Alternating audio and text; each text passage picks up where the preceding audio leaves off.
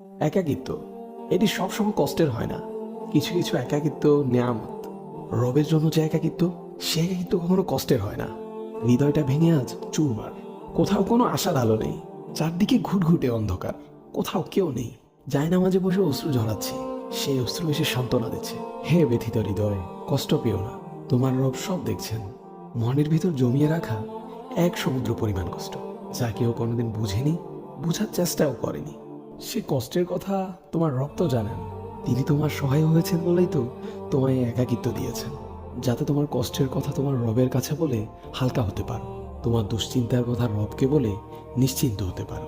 হে ব্যথিত হৃদয়, তুমি কি জানো না তোমার রব যে অসম্ভবকে সেকেন্ডের মধ্যেই সম্ভব করতে পারেন?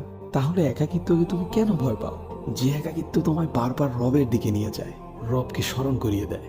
হে ব্যথিত হৃদয়, কষ্ট পেও না, শীঘ্রই তোমার রব তোমাকে এত দিবেন